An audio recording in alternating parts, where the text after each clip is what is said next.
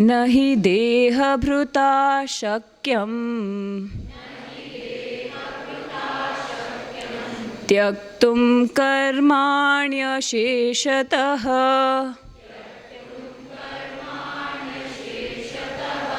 यस्तु कर्मफलत्यागी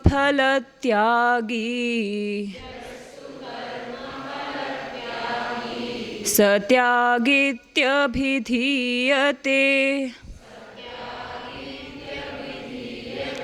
Meaning, for the embodied being, it is impossible to give up activities entirely, but those who relinquish the fruits of their actions are said to be truly renounced. Suprabhatam Shri Gurubhyo Namaha. We will first see the word split. Na hi dehabhrita shakyam tyaktum karmani asheshataha yaha tu karmapalatyagi saha tyagi iti abhidhiyate. Since the beginning of this chapter, we are discussing about, or Arjuna had rather asked about, what is sannyasa and what is tyaga, and his implied intention is sannyasa or tyaga is ultimate and karma need not be done. So I want to renounce everything and I will not fight and I want to take sannyasa and so on and so forth. So with that intention, he had once again raised this discussion on sannyasa, and then Krishna, with a meticulous approach, he is putting an end to all kinds of doubt at the end of the chapter. He has clarified that sannyasa means only karma, kamya karma tyaga, and tyaga again means for you, O Arjuna. In your case, what is sannyasa? Sannyasa is just doing your nitya naimittika karmas, daily and occasional actions which are to be done according to your dharma. And tyaga means only karma phala tyaga.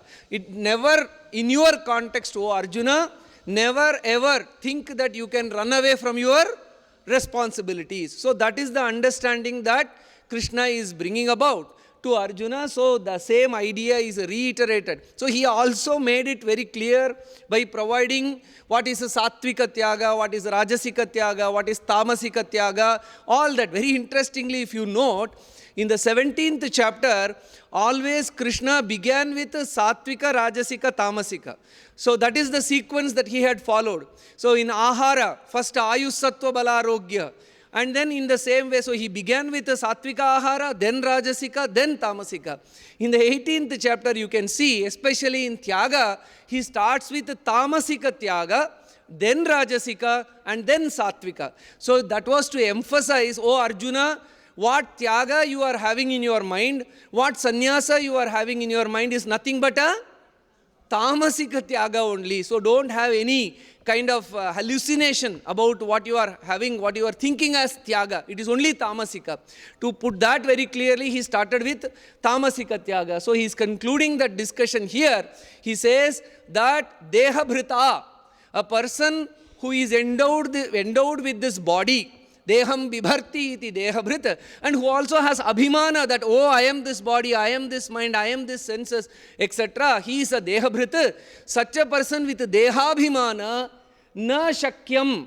So it is impossible for a person with dehabhimana karmani tyaktum asheshataha, completely renouncing karma, completely renouncing all actions is impossible for a person who is endowed with the body and who is also having a very deep attachment with his body. So hence, in your case, you have a very deep dehabhimana, so it is impossible for you to completely renounce actions. So, but don't worry, you can still be a tyagi. So if you think that tyagi is a coveted title, I will still give you the title of tyagi. So how? Yastu karma phala tyagi. You do your actions, you can still be a tyagi, but what you can renounce is karma phala can be renounced. Saha tyagi iti abhidhiyate. I will grant you the title of tyagi even if you just renounce the attachment to the action and the phala or the benefit that is generated out of the action, just detach from that. You can still be a Tyagi. So it's a kind of encouragement that Krishna is giving. So on a Monday morning, we are having this shloka. Normally in English we say Monday blues. What is Monday morning blues? Oh, again another week has begun. Oh, it's so difficult. Let us run away somewhere. No need to work, no need to study, so another Monday has come. So that Monday morning blues, to drive away that Monday morning blues, we have this shloka. Never ever think of running away from your responsibility, be it teaching, be it studying, be it working. So we cannot run away. If you run away from here, we will be doing some other work elsewhere. So it is impossible to keep our mind, body and senses silent unless, is it really impossible? No, it is possible. It is possible for a person who has achieved the ultimate jnana that I am Chidananda Rupaha Shivoham Shivoham. If that understanding has come, if that realization has come, you can. There is no body-mind kind of associations with you. You can be a real Tyagi. Tyagi in the primary meaning you can be. Many avadhuta sannyasis are there. They have nothing to do. They worry about nothing at all. So hence, as long as you are endowed with this dehabhimana, you are this body, you are this mind, I am this, I am that. As long as you have this abhimana, don't ever try to run away from your responsibility, oh Arjuna. I'll just give a short story and then complete this. Arjuna, it doesn't mean that Arjuna does not know about it. He himself has experienced. At the end of Ajñātavāsa, when Kauravas came to know that Pandavas might be in the Matsya Desha, and the army of the Matsya kingdom was engaged with the Trigarta kingdom, and then the entire Kaurava army with all the stalwarts, they now are in the borders of Matsya Desha. Bhishma, Drona, Kripa, Duryodhana, Karna, everyone is standing in the border of Matsya Desha, but the Matsya army is engaged in another direction. So the Pancha Pandavas in their hiding form, they are there, but they cannot reveal their identity. But the prince of the Matsya Desha, Uttara Kumara, is there. Uttara Kumara just boasts his capability. Oh, what Bhishma, what Drona, what Kripa. I can easily have them for my lunch or breakfast. That's how he is boastful. So then, I just need this Brihannala to drive my chariot. Brihannala, you know. Who is Brihannala in reality? Arjuna.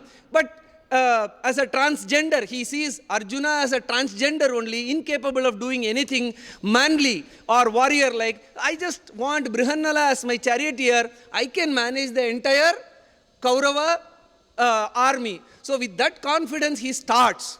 But as slowly he is entering the war field, he is seeing whom? Bhishma, Drona, Kripa, and all those stalwarts are standing with their mace and arrow and other things, and Uttara Kumara now decides to run away. So Uttara Kumara, in our Samskrita and our tradition, he is known for his idiomatic expression, don't behave like an Uttara Kumara, which means running away from responsibility. So he tries to run away. And then Brihannala, Arjuna, that's the end of the Ajñātavāsa also, Brihannala runs behind Uttara Kumara, carries him and then puts him, and then he reveals his identity. I am Arjuna, and so on and so forth. Never ever think of running away from the responsibility. Now you be my charioteer and take the chariot to the war front, let us fight. So he instilled that confidence. Arjuna himself, who is now thinking of running away from the war, has already done this to Uttara Kumara. Don't run away from the war, fight with, be a charioteer, I will show you what prowess is. And then in that fight, so Arjuna of course wins. So once that fire of doing the responsibility, not running away from the responsibility is instilled, what a transformation comes to Uttara Kumara. You have to see in the Kurukshetra war, which comes after that, after Bhagavad Gita even, what happens is that Uttara Kumara on the very first day, he is so kind of inspired by Arjuna in not running away from the responsibility. He is the one who takes the lead and just damages Kaurava army like anything. And then Kaurava warriors are afraid, and then Shalya has to stop him, and then there is a verbal fight between Uttara Kumara and Shalya. So Uttara Kumara again is boastful, but Shalya says that it seems your tongue is so sharper than your arrows. If your arrows are really sharp, fight against me. Then Uttara Kumara fights in such a way that completely Shalya is damaged. His warrior, his charioteer is killed, his dhwaja is destroyed, his chariot is broken to pieces, and Shalya himself has fallen down. And finally, because Shalya is much more a mightier warrior, he took a spear and then kills Uttara Kumara on the very first day of the war. Such is the kind of inspiration. So that Arjuna himself has given to Uttara Kumara. Later, Uttara Kumara's brother sees this and he is much more raged. And Bhishma has to take Brahmastra to kill Shweta, who is the brother of Uttara Kumara. So once this fire of responsibility, not running away from responsibility, is instilled, very many great things can be done. But if we run away from the responsibility, we will not even be in the footnotes of the history. So hence, if you want to be the title of the pages of the history, don't ever run away from the responsibilities. So that Arjuna very well knows, and that is reminded once again by Krishna through this shloka. On a very beautiful Monday morning, we have got this shloka. Thank you very much. I would like to call Soni Kumari Didi after the Shanti Mantra for flag hoisting. Sarve bhavantu sukhinah, sarve santu niramayaha, sarve bhadrani pashyantu, ma kaschid dukha bhag bhaved. Om Shanti Shanti Shanti.